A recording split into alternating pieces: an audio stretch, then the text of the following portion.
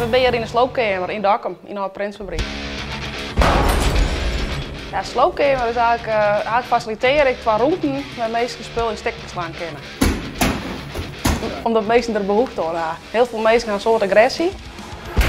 En ik merk vooral vrouwen, die ga ik bijvoorbeeld thuis, dan smiet je je eigen servies net steken. Ik ga je wel die neiging, maar dan mag je het zelf ook weer opruimen.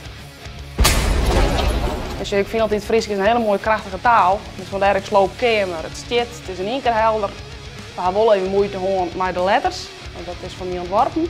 En eerst toch heel veel mensen de slaapkamers die. De term die bekender is raidsroom of smashroom.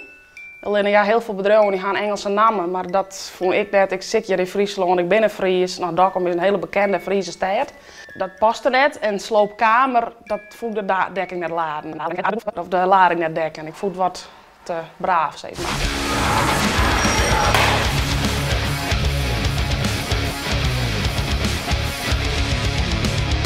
Op Netflix heb ik wat mensen zien, of wat jeugd die in een serie spelen stikken slaan tussen wat trein.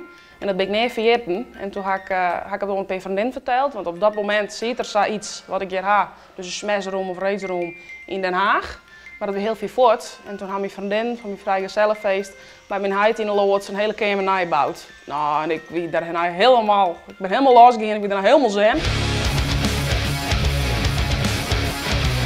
En ik ga een tijdje tussen zitten. Nou, dan krijg ik de vraag wat was staan. Ja, een eigen bedrijf, heel graag. En mijn man zei, als wat was, maar ze doen wat dat hier ons doet. Nou, ze doen er. Maar er zijn echt mensen die beginnen echt te razen. Ja, ik ben net vol, maar die ben er.